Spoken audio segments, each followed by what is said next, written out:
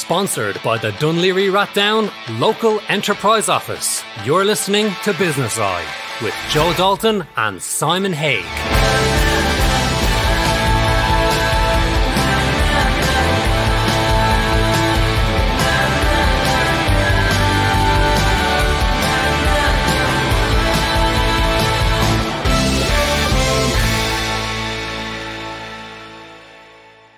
Business Eye, yes, the 28th of February, normally the last day of the month, but it's a leap year, so tomorrow 29th. I wonder how many women out there are going to propose to so many men. I'm sure there's a lot of guys sitting at the edge of their bed this morning going, I wonder will she propose to me? I wonder, tomorrow is the big day, and we will only know. But unfortunately today, I have to say, my co-host Simon is not with us. He is on his holiday. He did say, as you probably know, last week, I should say, that he wasn't going to take his phone with him. But I did see an email come in from him this morning. So I'm questioning, did he or did he not do it? There is the big thing. We have a few guests coming in today. Today is going to be very interesting. And I think we'll start off our interview first with Giles Hutchins. Giles is we would say a futurist and a senior advisor to many large companies and organisations. And he's all about leadership and consciousness. And I have Giles on the line. Giles, are you there? I'm here. Good to meet you, Joe. Giles, I know we've seen a few email correspondence bouncing around between myself and yourself and Simon, and there was a bit of confusion, but we eventually got here. Hooray, hooray, hooray. Tell me, a futurist, is that something that you have learned to accept, or is it you reading a lot of the information that's out there, or is it your gut feeling that makes those calls that you can see what's happening in the future? It's both, really, actually. I mean, it's both. Carl Jung, the famous psychologist, talked about our four different ways of knowing. You know, the intuitive, the rational, the emotional, and the somatic. And actually, when you draw upon all of those four, you can sort of tap into the field. So yes, I obviously use the rational. I'm aware of what's going on in business. I have relationships with organisations across all sectors. I can sort of get a sense of the pulse. And yet I do rely on intuition and synchronicities and pathways and sensing what's going on in the system. I love that you also step up to the plate and call yourself a conscious leader. And it's one of the things that interests me the most, because I believe there is a lot of leaders out there, but if we can make them conscious entrepreneurial leaders, amazing things can happen within organisations. Where do you see let's call it the consciousness revolution? Where do you see it going in 2020? Well, something very exciting is unfolding just over the last 6 months. I mean, I left corporate life from senior positions 8 years ago now, and in that time I've been advising different organisations. And over the last 3 or 4 years, I've noticed a bit of a shift, but it's really culminated over the last 6 months. Part of that, I think, if you could envisage 4 circles, one around leadership, consciousness, well-being, mental health, personal development, and then another circle is the organisation, agility, self-management, allowing it to become more alive, more purposeful, and then another circle which is strategy and innovation, and the other 4th circle, sustainability and corporate responsibility. Traditionally, those 4 circles have all had different people, different languages, different silos, different terminology. All of those are coming together because of the systemic challenges that we face. And I was just helping with a workshop last night with a big corporate, and they had people from across the organisation, across all of their different silos. Quite a lot of them quite young people as well, 30 somethings. All of them really deeply passionate about sustainability, about well-being, working for a company that's more purposeful, But what's changed is that you've got senior leaders in the organisation also going, we have to do this to be future fit for the next few years, because there's so many disruptive innovations happening.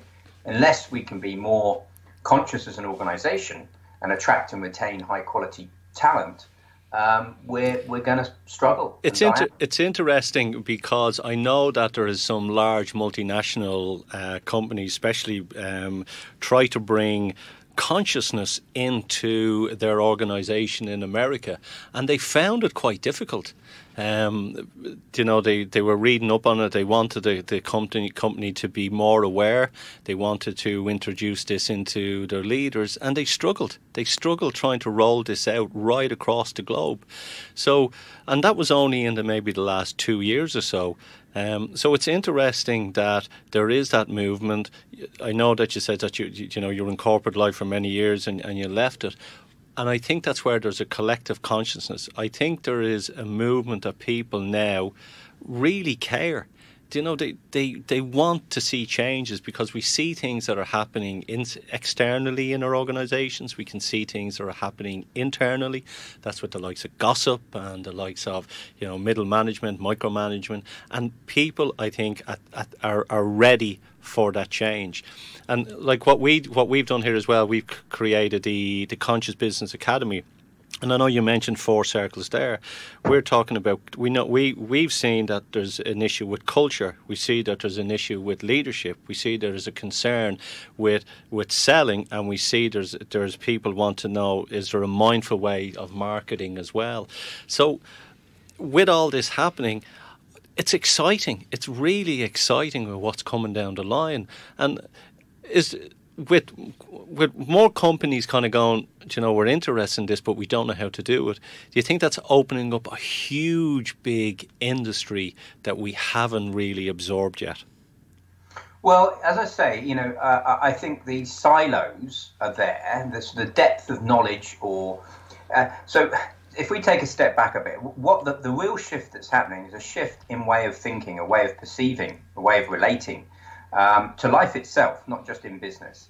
And that shift is essentially from a mechanistic way of managing, controlling, thinking about our organizations as machines, to a living organization, to recognizing that the organization is actually made up of messy, unpredictable human relationships, and that actually we can learn from living systems and we can manage them, we can create the conditions for that living organization to come alive. So that's the first kind of shift, is that shift in a logic, really, a way of thinking, a way of perceiving.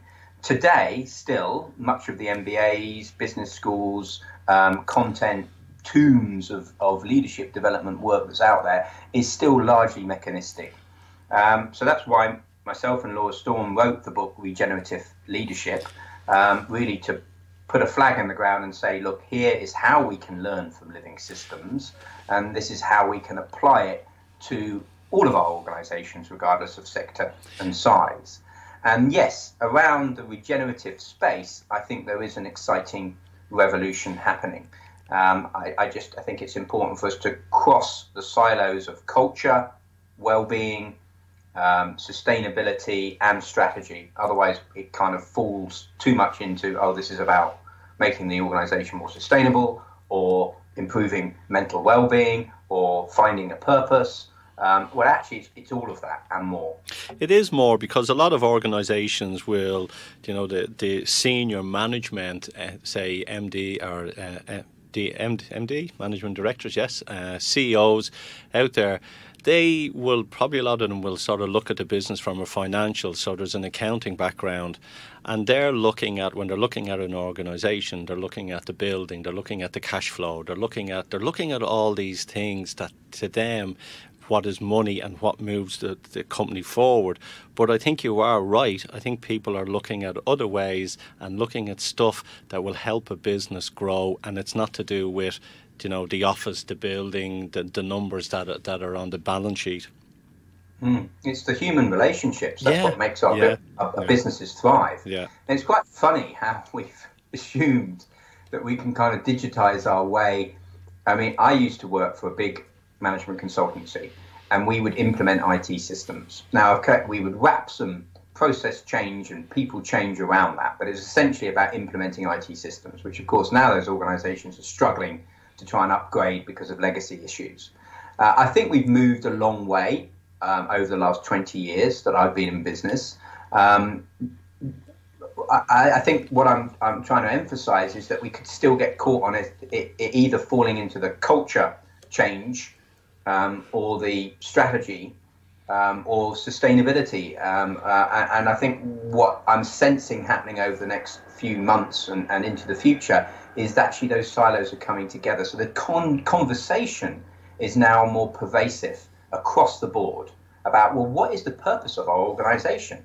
You know, it's all well and good as having a sustainability strategy, but why are we even producing these products and services in the first place? Are they actually helping society? Are they contributing to the kind of world that we all want to live in? It's yeah, I think you're right. And one of the things that I'm just clicking on there as well,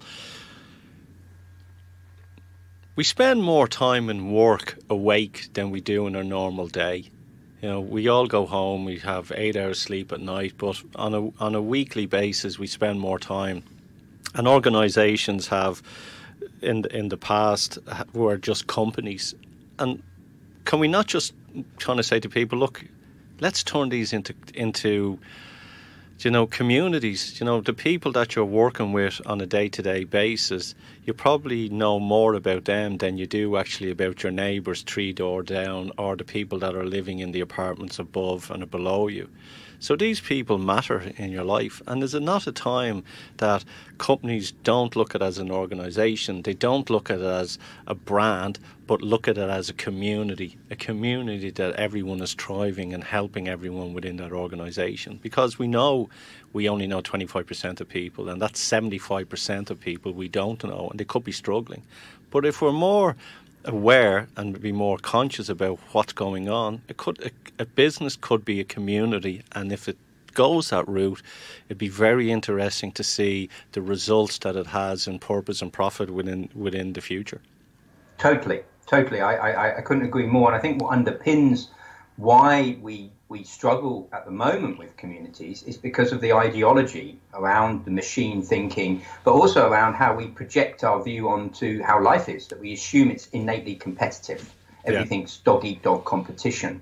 And that ideology is actually false. It's based on false assumptions. The more we look into how nature really works and how living systems and human communities really work, we see that they're fundamentally about collaborative dynamics. Yes, there's competition, but that competition can be healthy, about enabling us to become more of who we are rather than undermining each other. And so rather than seeing this organization as a machine with these silos, and you mentioned at the beginning of the conversation about the inner and the outer, how the organization on the outside is interrelating with its partners, its suppliers, its regulators, its clients, all of that stakeholder ecosystem, the outer community and the inner community, can really just be unlocked by us becoming more human. Yeah, that's true. Giles, we're going to take a break here. We're going to wrap it up with you. Thanks for coming on. I think there is a bigger conversation that you and me are going to have at a later date, where we're going to really delve deeper into consciousness and what can happen within an organisation. So I think there's another show looming there sometime in the very near future. Where can people catch you at the moment if they want to get your book or want to reach out? Give us your email address or give us the name of the book again, and where people can connect with you.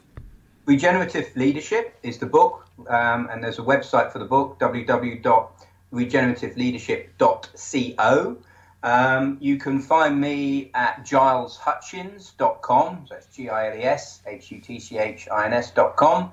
And I have a blog that people are enjoying following called thenatureofbusiness.org. Beautiful, beautiful. Giles, you have a lovely, super weekend. And we will talk again, my friend. Talk again. Take care. See you. You're listening to Business Eye, sponsored by your local enterprise office in Dunleary Rathdown. Together, we're making it happen. And Friday afternoon is slipping away nicely. I think I'm going to just not talk for the rest of the show. Anyway, yes, folks, that was interesting. We had Giles Hutchins on talking about leadership and consciousness, and there was getting a bit of a tongue-tie twister there when I was saying consciousness as well. I think it's just one of those days. I'm getting tongue-tied with a lot of things. Our next guest name is throwing me, Radina. What is your last name? Try that. Nedyalkova. Nedyalkova. There we go. A mouthful.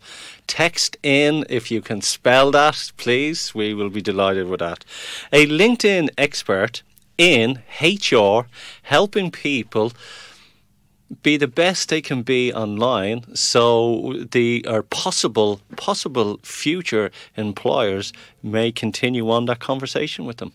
Would that be the best description of what we can say? I wouldn't have said it better than you, Joe. Thank you. Thank you very much.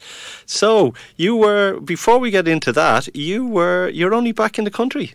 I am indeed. Yes. Where were you? I was home surprising my dad for his 60th anniversary. 60th anniversary? Oh my God. That's not a million miles away from me. Oh God, I'm crashing. So you had, you mentioned there that it's cold over there, but it's a dry cold, and here it's a damp cold. It is. What brought you to Ireland so many years ago? Indeed, it's been over 7 years now at this stage. Honestly, I didn't plan to come to Ireland nor to stay in Ireland.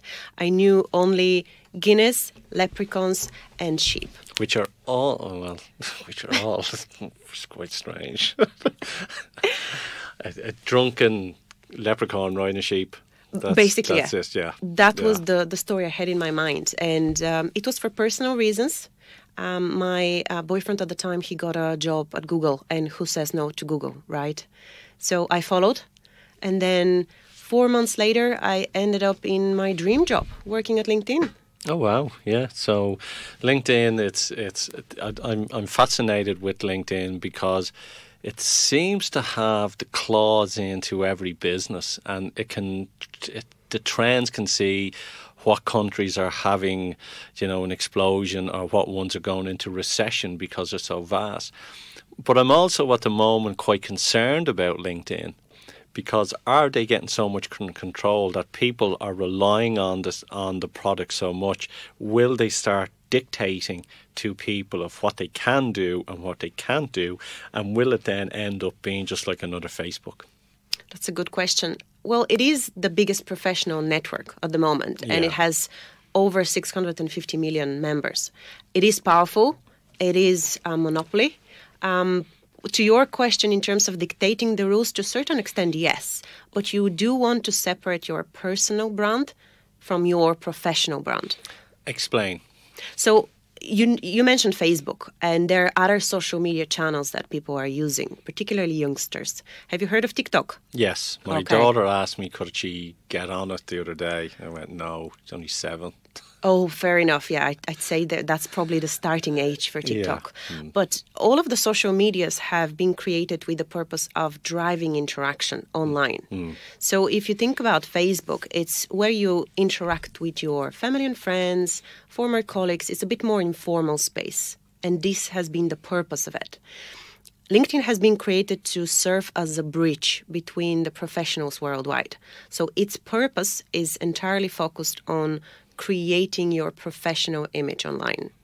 This is the difference. There's a difference on it, and I know you're not working with LinkedIn, but one of the things which I find quite interesting is they say to people you can connect with so many, and if I've had conversations with people who they told me they've been blocked because they were connecting with people. And they say you can only connect with your friends. But then if you look at, they have influencers out there who have 100,000 connections or 35,000. There's not a hope in hell that I know 35,000 people in the world and know them all. But so there's this grey area that they're kind of, okay, you can't speak to them, we're going to block you from them. But this guy over here is allowed to have 35,000. So, where... It's all about someone sitting, a group of people making a decision and feeling that decision then is law. I get what you mean. In general, the idea is you should connect with people that you know or people that you can interact with, people that can be helpful to you and you can be helpful to them. The problem is that there is a tendency, and I suffer from that as well, where you get connection requests from randomers without any context whatsoever. And if you are sending way too many requests to people that are not within your industry or within your network, they don't know you and they might block you. Yeah, it's like I'll send I've a criteria. One is if they don't have a picture, if they have no content in LinkedIn, it's just a name, a company. No, if they've got 10 followers or 10 connections, I'm probably being a bit biased. They could have just gone on to LinkedIn, but I don't know them either, so kick them off as well. But I grow my network because one of the reasons why I grow our network here is because we have a radio station, we have a radio show, and I'm reaching out to people because of the content that we're sharing may be of interest to them. So my numbers are quite good in that way, and I have an advantage being on the radio. But I'm sure there's other people out there that have great content who are trying to reach people, but LinkedIn are going, no, you can't do that. And that's a good point as well. It is important to have quality over quantity. And what you mentioned is context. So you're reaching out to people who might benefit from the information that you're providing. That's a whole different story. A spammer would be someone who is trying to sell you something via cold approach. So on LinkedIn, I would advise always, and you mentioned the connections versus followers, you do have limitations on both. When it comes to connections, it's 30,000. Yeah. When it comes to followers, you can create and build a momentum. For example, I have over 14,000 followers, so I wouldn't perceive myself as an influencer, but I have limited the opportunity for people to randomly connect with me. They can follow me, but I made it slightly more challenging for them to connect with me. Yeah, well, if I do connect with people, I don't just hit connect. I send everybody a request in it going, do you want to connect? You know, I have a radio show, blah, blah, blah, blah, and move on it. But I also get, and I am, if someone kicks on to me and they're in a country that I know I'll never do business with, I gotta go, okay, I'm not going to connect with them, but they might be interested in my show, so they should follow me instead of connecting with me. Absolutely. Yeah. I think that's much better, and they would still get information from you without bothering you through a connection request. So it's a smarter way to engage with people. And what about, I'm hearing that there's some big companies in America as well who are automating all this. Is that forbidden, or is that just going to come the norm, to reach out to people? It is pretty much a grey area. And to be honest with you, I don't agree with this approach. I don't think it's the right way to automate your reach on LinkedIn, because there is no better way of selling than through a personal connection, building relationships. Even if it's online and you're not seeing the person, you have to be smart about approaching them. I don't believe that the cold approach works on LinkedIn anymore. One of the things that I like as well with the system is, and one of the things I don't like, you get people who connect with you, and then everyone connects with me. I then go, thank you for connecting, and some of the people don't respond. So is it just to them? They're just trying to build their numbers, because we know social proof helps people go, oh, you 14,000, and people go, oh, there must be something there. This is how reality is, or if someone has 20,000, they go, oh, that must be something there. But it'd be nice if we all, like, even if I get a spammer who spams me and then tries to sell me something, I actually respond to them going, thank you very much, but unfortunately I'm not in the market for your services at the moment, thank you, and I send it back to them as well. I do exactly the same, and I think it's the kind approach, the kind way of responding, because it is someone's time. So the least you can do is just thank them for their time. I wouldn't engage, similar to you, and in the end of the day, it is not a numbers game. Even if you open a profile of a very influential person, you will be able to see 500 plus. And there isn't a specific number of how many connections they have exactly for this purpose. Everything is 500 plus. So the fact of the matter is, when you're engaging with someone, it's more about the value you can give to them. Yeah. So going into HR and you leaving these large companies and going and starting up your own niche, which was using the power of the knowledge that you gain from LinkedIn and Google. What are you noticing that people are doing or not doing when it comes to their own personal brand for getting future employers wanting to connect with them? Particularly when it comes to LinkedIn, it is important to create a story. And we hear that over and over. Storytelling is an important skill, soft skill that you develop over time. LinkedIn is not your online resume. It's a live tool that you can leverage to your advantage. And the good thing about it is that it's completely different to your CV. You can talk in visuals. You can connect with people. You can do blog posts absolutely for free that can reach a number of audience, people that you didn't think you can reach. So it is a content platform, it is a news feed, and of course it is a job platform as well. Yes, it used to be a job platform. I don't think it is a job platform anymore. I think there's some people out there. I know there was one employer, he said that if he thought that any of his staff were on LinkedIn, he actually thought they were looking for a job, because that's what it originally was, or brought on. And it's so more, for me, it's my Rolodex. It's where I connect with people, I have conversation. Probably nearly everybody that I have on this show and my other show, I've connected through them on LinkedIn on it. But going back to a CV, is it a CV? Really and truly, if you look through it and fill out all that information, I'm sure some companies, when they ask people for a CV, they download their PDF from LinkedIn and send it to them. So is it actually a CV? It could work as a CV, but it's much more than that, because you can ask for recommendations, for example, which is not something you can embed on your CV. The CV is purely track of record. The LinkedIn is a lot more about your brand and about your achievements.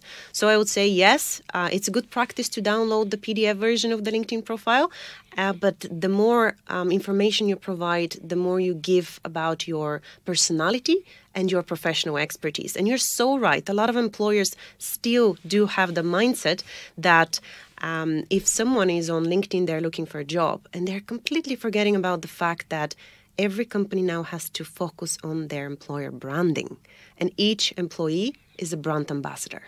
We're going to take a quick break, because I'm going to come back about what some people feel about LinkedIn when their employer asks them to reach out. So we'll come back on that, and we'll take a quick break, and see you later, guys. You're listening to Business Eye, sponsored by your local enterprise office in Dunleary Rathdown. Together, we're making it happen. Welcome back indeed. We're just waiting to try and connect with someone on the phone to talk about an amazing event that's on next week, which is the Local Enterprise Week. Lots of great speakers that are going to be based around the country, sharing their knowledge and wisdom with everybody for a very special week's event. But anyway, what we were speaking just before the break was about HR, and we were speaking about people's profiles, and speaking about, there's one of the things that I've noticed as well, companies are getting people to be wrapped around LinkedIn and getting them to call it ring fence. Say they're looking to interact with an employer, or they're looking to try and get a company on board, and some employees are reluctant to kind of go, hang on, this is my own personal social media, and I don't want to be sharing the information with clients out there. Have you come across that, or what are your thoughts on that? Yes, I actually have seen situations where people don't feel as engaged to the brand of the company, or have a specific role that they don't feel they would be the best brand ambassadors. In any case, I think, particularly if you consider LinkedIn as your database of contacts. Remember, we used to have the yellow pages as your go-to when it comes to contacts.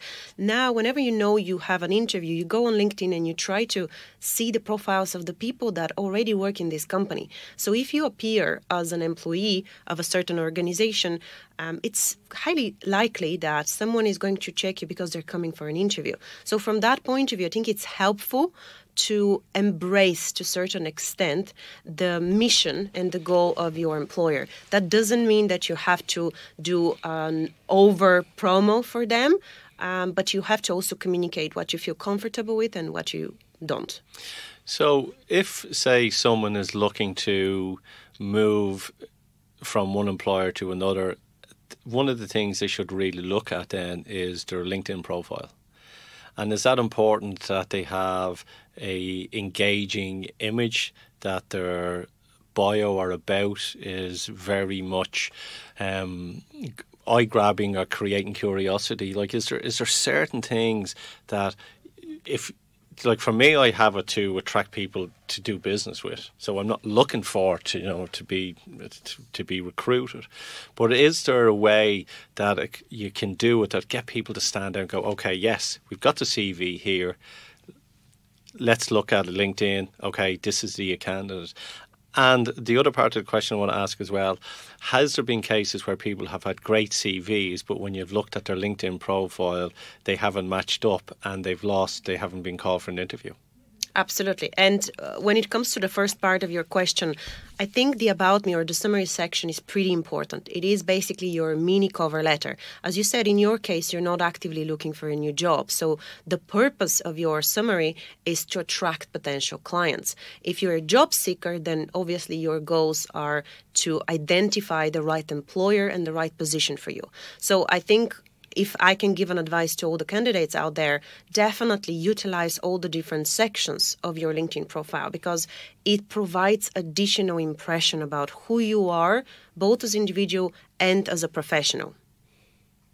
Okay, so it's really sort of ticking the boxes and saying, but do people lie on LinkedIn though?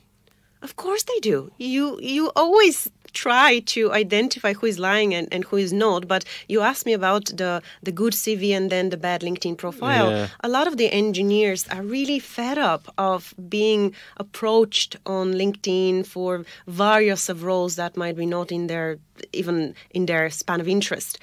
So what they do is they actually focus on their resume and they eliminate any trait of social media. So that happens quite often. And in the end of the day, yes, people will always lie. But if you are inviting someone for an interview, you obviously have questions prepared so that you do a deeper dive into their expertise and then figure out who's lying and who's not. Yeah, it seems to be that it's all sort of evolving around. Like I remember the CV, and you used to print off 50 copies of the CV and get them bound and then the post and send them out. I think that's all gone now, is it? And then it was, you had to have it in 3 pages, and then you had to have it in 2 pages, and then you had to have it all in 1 page, and soon it'll be half a page, because people don't read anymore.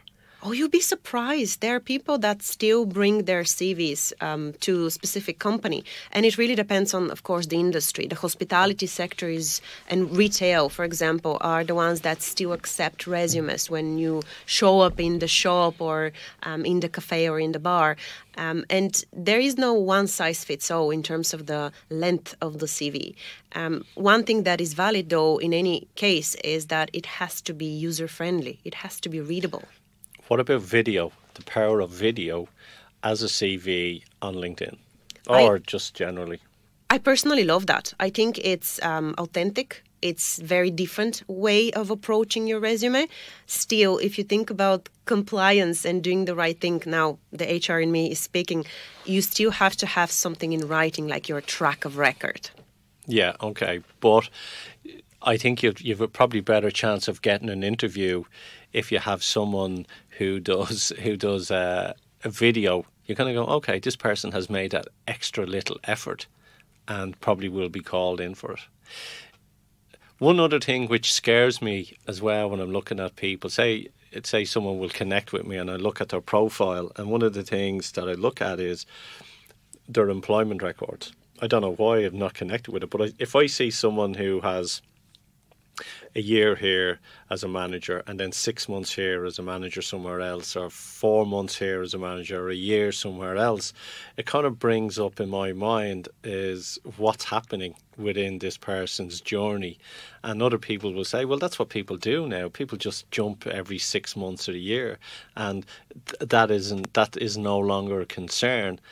Am I just old-fashioned in a way that I like to see that someone is, you know, can stay somewhere for a long period of time and gain knowledge and experience because it costs employers X amount of money to put people through the paces? I think your reaction is pretty normal and understandable. But in the end of the day, it is also a fact that things have changed dramatically in the past 3-4 years. So if, let's say, 5 years ago, you would completely rule out this person and you would say they're a job hopper. Nowadays, it's actually not the norm, but it's very, very common. So you shouldn't be afraid to give them a go if you see something that you believe would be a good match for the role you're hiring for. Oh, brilliant. Look, we're just going to take a quick jump on a call here. We know we have Owen Lafferty on. Owen, are you there? I am, Joe. How are you? Owen, we were all panicking here. We can't get him on the phone. Poor Alison was thought that you had vanished off the face of the earth. But I go, no, Owen is reliable. The run up to Enterprise Week, 22 events. I'm afraid circumstances took over there, Joe. So I'm very sorry, but I'm delighted to have a slot and chat about it. Tell everyone what's happening next week, and it's not to be missed. Please, please, please. Well, it's more a question of what isn't happening. Yeah, well, you know. Yeah. So, like I said, 22 events. We have something for everybody, really, Joe. We're starting off talking about pricing, which is something I think is close to everybody's heart, and anyone that's in business will understand how important pricing is. So that's at 7:30 on Monday morning in the Lexicon studio, and that's kind of kicking us off. And we talk about, finishing off. One of our key events is an event in the Pavilion on the Thursday. Thursday, yeah, and it's about. Basically, we have a gentleman called David Mead over from the UK. And David is an expert in understanding language and the impact of language and how it can actually influence an outcome. So David works with Harvard University and several blue chips. He's well-renowned, highly entertaining. So he's a must-see, really. And then, we're doing the usual stuff, David. We're doing a lot of stuff. Joe, sorry. This is what's happening when you're doing 22 events. live on radio. We've had this before, haven't we? We have. God, I tell you what, anyway, it's all good. It's all good. But it's so exciting, Owen, because you say 22 events, but you have something in the morning, something in the afternoons. You have stuff going on in late afternoons, in the evenings. You've organised a walk, a networking walk up around Killiney. Like this only is, for me, it's not only just people sharing their knowledge and wisdom. It's a huge networking event within the county as well. It is. We've over 800 people coming to the event. We still have some spaces left. It gives us an opportunity to showcase actually what we're trying to do for businesses as well, Joe. Yeah. And one of the things is, we discussed this before, we're very conscious of the potential impact of Brexit. So we have the Lean program is something that's well known and well understood in the kind of manufacturing side of the house. Yeah. But it's something that, what it does, and companies who engage in lean technologies or lean processes, it forces them to look at any waste, where there might be waste in there, basically between the company and the end user. And that's really powerful. So they can have up to 22% savings in costs. They increase retention, increase productivity, etc. So there's a website, actually, if people are interested. It's called LeanDLR, LeanDLR.ie, and there's some amazing testimonials, videos. It's actually quite emotional, where people are actually talking about their lean journey, the impact it's had on them and their staff and their culture, and how it's empowered them, and freed them up. Sometimes frees them out of the operations altogether, because it allows it basically gives them the kind of the courage to bring the staff closer to the decision making and enabling them. So it's very, very powerful. It's the stuff that you do out there, and you've changed people's lives. They've now grown to bigger companies. There's people who lives are have changed. Mortgages, kids in school, because of what the Lean program has done for their employer when they started off. So there's many stories out there and good stories about the success from it. But just jumping back onto next week, it's going to be, you said 800 people. I think there's going to be more. There's a lot of chatter on LinkedIn and on Twitter and Facebook about it. And, even speaking to people today, they're saying they're buying their tickets today for some of the events are on. Owen, give a shout out if anyone wants to, grab a ticket for next week. If you can give us a shout out of where they can get those tickets, please fire ahead. Yeah, thanks, Joe. So the address is enterpriseweekdlr.ie. That's enterpriseweekdlr.ie, and you'll see the whole host of events there. And we'd be delighted to see everybody there. Like you said, it's great networking, but we have gone to great efforts to bring the best speakers, the highest quality speakers we can. We realise that SMEs don't get a lot of chance to train, and we're bringing the experienced speakers and coaches, etc., to them, and in a concentrated week. So make the effort, invest in yourselves, and we hope to see you there. Brilliant. Owen, looking forward to catching up with you next week. Have a super weekend, and I'll talk to you soon. Thank you very much. Take care. Take care. Bye-bye. Bye. Will you be there next week? I am actually. Are you? Yes. Yes, I'm going to 2 of the events. Oh, which events are you going to? I'm going to the morning networking, and then another one that is focused on education and chatbots. Oh, brilliant. Mm-hmm. Yeah. No, they are great. Last year was it was amazing. Last year was, yeah. And I look forward to them. And it is about networking. It's about those communities. And jumping back just on your own networking, how do you find your clients?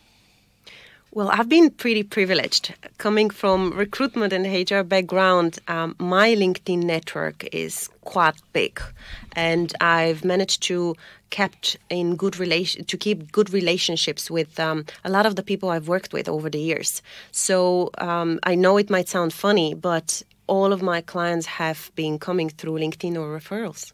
Well, and I think that's the big thing. A lot of people reach out on social media and they kind of go, I'm not getting people reaching out to me. Mm-hmm. Action causes reaction. Really True. Does, yeah. And I've seen some of your videos that you have up online as well, and some of the interviews. So it does build. Who's your ideal client? Oh, that's a great question. And I've always struggled with that, because on one side, I want to work with individuals that are wondering at the moment what should be their next step. And that's not about age, it's not about industry, it's not about role, it's about mindset. And on another hand, I love working with startups because they're really open-minded to embrace change and to drive the best practices they can get. So I really enjoy setting up the talent strategy for them, leading them, educating them, and off they go. That's a good answer. We're getting a nod in there from Alison, our engineer in there. Where can people find you? Give us your website, your LinkedIn profile. If someone who's interested in jumping careers or want help on strategizing their leap forward into the next journey of their life, where can they catch you? As you can imagine, I am always on LinkedIn. No way. And when you start typing my name, Radina, it's Radina, most likely I'll be the first result that you will be able to see. And you can't make a mistake with that blonde hair. So whoever wants to engage with me, feel free to connect with me on LinkedIn. My business is called Vox Advisory. So this is www.vox-advisory.com. Radina, thank you for coming on to Business Eye. Simon, thank you for being very quiet in the corner there. Simon's very quiet.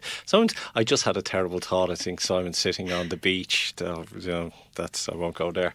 Anyway, Alison, engineer, thank you very much again. A storming job. We thank you very much. And everyone, Have a super, super weekend. And my Simon will be